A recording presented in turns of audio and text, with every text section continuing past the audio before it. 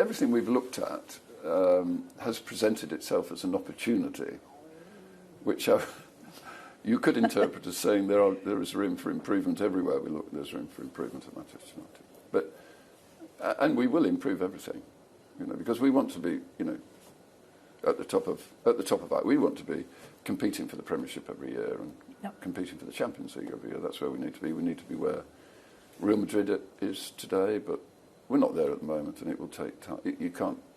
It's not a light switch. You can't, flick a switch and it's all going to be. Is there a club? Tomorrow. Is there a club or a company that is a template of what you want it to look like? I think Real Madrid have done a fabulous job, really, to be honest. There's an interesting statistic which compares Real Madrid with Manchester United. If you look at the 10 or 11 seasons since Alex Ferguson and David Gill was the CEO. They retired they left at the same time. During that period of time, Manchester United's net spend on players, so that's players they bought less the income from players that they sold, is £1.1 billion.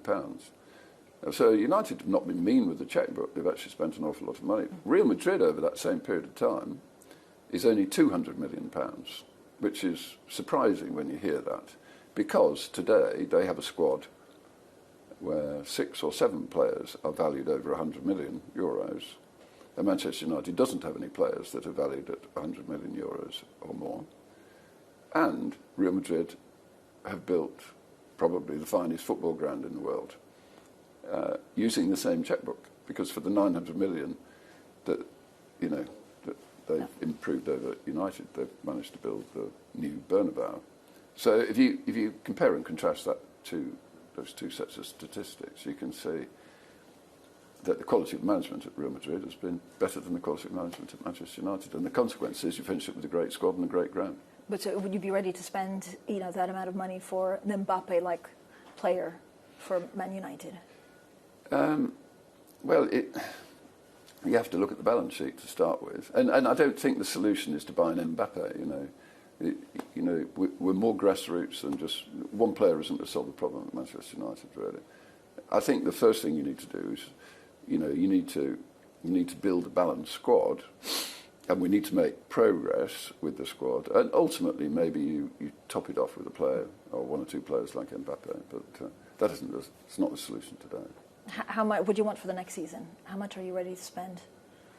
Well, in the modern world, of course, it's more difficult to answer that question because of all the host of regulations that tell us how much we can and cannot spend. We have FFP to deal with, so we've got more accountants than we've got sporting people at Manchester United trying to run all the models, of course. But so it is a function of what your spending, what your balance sheet and what your spending looks like, and what your salary bill is for existing players and what your amortisation bill is for existing players. That decides how much you can spend for the next season. So Manchester United has spent quite a lot of money in the last 2 seasons. I think they spent about 400 million, and they've got a fairly high wage bill and they've got fairly high amortisation costs. So that limits the amount we can spend, according to the FFP regs. So it will be a combination of sales and purchases, and of course there's always this variable about what your income's going to be. So you're sort of always trying to estimate what your income will be to decide what you can spend on players, because you have to make assumptions. Are you going to be in the Champions League? Are you going to be in the Europa Cup, etc.? Because that affects your income and your ability to be able to hit your FFP target. So it's a complicated set of rules. What do you make of the FFP rules? They're too complicated, really. And I think, and there are 2 sets of FFP rules. I mean, it's got a slightly different name in the Premiership, but the UEFA has a set, and the Premier League has a set, and they're different. And they're different levels, and they're different rules. So it becomes quite complicated to manage the books, really, when you're having to try and fit into those sets of rules, and you're trying to make projections about the future. So, we, as you know, won the FA Cup, so we're in the Europa.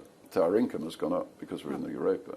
But if we'd not been in the Europa, so it all affects your FFP, But where you are right now, I mean, you've gone through basically the numbers. You have accountants looking through it. Are there players that you want? Or are there? Yeah. No, I mean, we're in the middle of that transfer period, so yeah, we're doing what every other club is doing, which is looking at, Do you think you'll get which are the holes in our squad and where we want to plug the holes, and then what are the possibilities out there in the marketplace? You're confident that you'll get the positions you need?